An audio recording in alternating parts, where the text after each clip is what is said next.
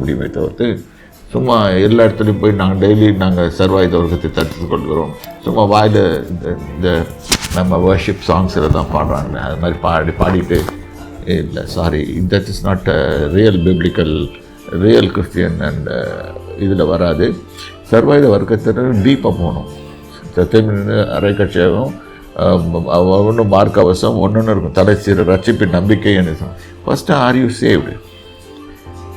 அந்த are you சேவ்டுன்ற கொஸ்டினுக்கே நம்மளுக்கு doubt வரும்.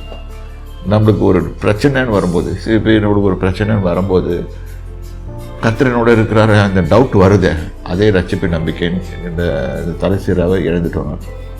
ஸோ அந்த நம்பிக்கை இருக்கணும், எப்போவுமே இருக்கணும். கர்த்தர் என்னோடு இருக்கிறார், கர்த்தர் மெய்ப்பராக நான் தாழ்ச்சி அடைய மாட்டேன். 91 என்றைக்கும் என்னோட இருக்கும் வேலை செய்யும் அப்படின்ற போது சரி அப்படி பண்ணும்போது ஒவ்வொரு இருக்கும். ஒவ்வொரு சோல்ஜருக்கு என்னென்ன ட்ரெஸ் இருக்கோ அவ்வளவும் இது வந்து போயிட்டு தான் இருக்கும். ஆகவே ஒவ்வொரு ட்ரெஸ்ஸுக்கும் ஒவ்வொரு அர்த்தம் உண்டு. Plus it's called offensive weapons and defensive weapons இருக்கும்.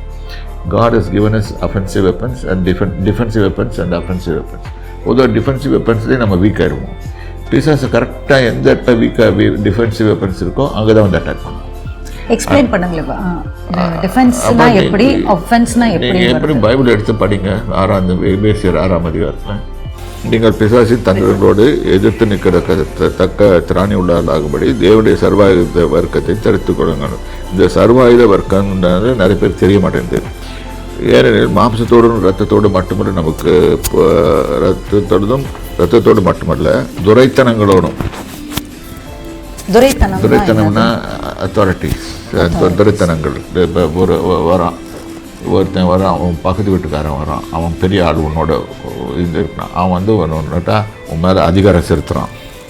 அது துரைத்தனம் தான். துரைத்தனங்களோடும் அதிகாரங்களோடும் இப்பிரபஞ்சத்தின் லோகாதிபதிகளோடும் இது பத்தாவது குறைக்கு வானமண்டலத்தின் பொல்லாத ஆவிகளின் சேனைகளோடும் நமக்கு போராட்டம் உண்டு. See, these are the enemies. Okay, ஆகையால் தீங்கு நாளிலே அவைகளை எதிர்க்கவும் சகலத்தையும் செய்து முடித்தவர்களாய் நிற்கவும் திராணி உள்ளவர்களாகும்படிக்கு தேவனுடைய சர்வாயுத வர்க்கத்தை எடுத்துக்கொள்ளுங்கள்.